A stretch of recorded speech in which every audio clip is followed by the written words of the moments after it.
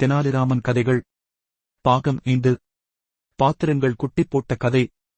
விஜயேந்திர நாட்டில் செல்வந்தன் ஒருவன் வட்டிக்குப் பணம் கொடுக்கும் தொழிலைச் செய்து வந்தான். அவன் மக்களிடம் ரூபாய்க்கு 50 பைசா என்று அநியாய வட்டி வாங்கினான். இதனால் அவனிடம் வட்டிக்குப் பணம் வாங்கும் மக்கள் மிகவும் சிரமப்பட்டனர். இதை கேள்விப்பட்ட தெனாலிராமன் அந்த செல்வந்தனை திருத்த திட்டம் போட்டார். அவன் வட்டித் தொழிலோடு சமையல் பாத்திரங்களையும் வாடகைக்கு விட்டான். ஒருநாள் தெனாலிராமன் செல்வந்தனிடம், என் மகனின் காதணி விழாவிற்கு சில பாத்திரங்கள் வாடகைக்கு வேண்டும் என்று கேட்டார்.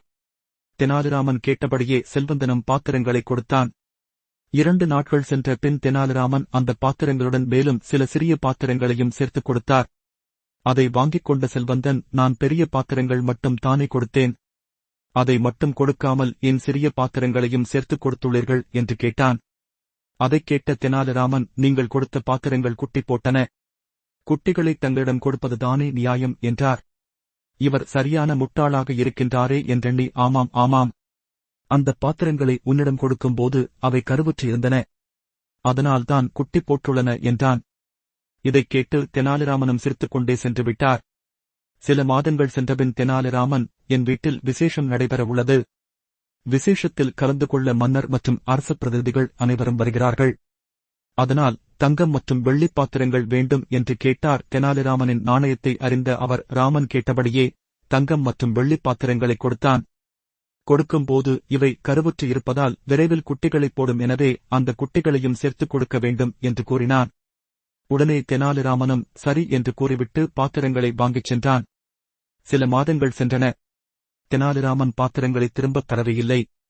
அதனால் செல்வந்தன் அவருடைய வீட்டிற்குச் சென்று, இவ்வளவு நாட்களாகியும் என் பாத்திரங்களைக் கொண்டு வந்து தரவில்லை என கோபத்துடன் கேட்டான். அதற்குத் தெனாலிராமன், நான் கூறுவதைக் கேட்டால் நீங்கள் மிகவும் வருந்துவீர்கள். அது என்னவென்றால், பாத்திரங்கள் கருவுற்று இருந்ததல்லவா, பிரசவம் மிகவும் கஷ்டமாக இருந்ததால் அனைத்து பாத்திரங்களும் இறந்துவிட்டன என்றான்.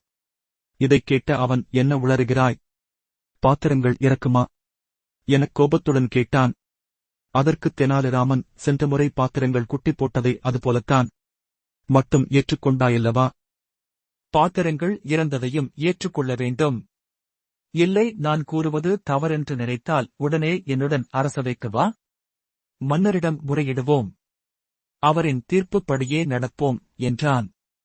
தெனாலிராமன் கூறியதைக் கேட்டு செல்வந்தன் பயத்துடன் அவ்விடத்தை விட்டு செல்ல முயன்றான்.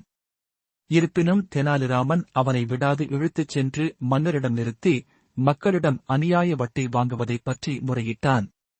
இதையெல்லாம் கேட்ட மன்னர், பாத்திரங்கள் குட்டி போடும் என்றால் அவை பிரசவத்தின் போது ஏன் இறக்கவும் கூடாது, இது உனது பேராசைக்கு கிடைத்த நஷ்டமே, இனிமேலாவது நியாயமான வட்டியை மக்களிடம் வாங்கு என்று கூறி அனுப்பி வைத்தார். அது மட்டுமில்லாமல் தெனாலிராமனின் புத்திசாலித்தனத்தை பாராட்டி பரிசும் வழங்கினார்.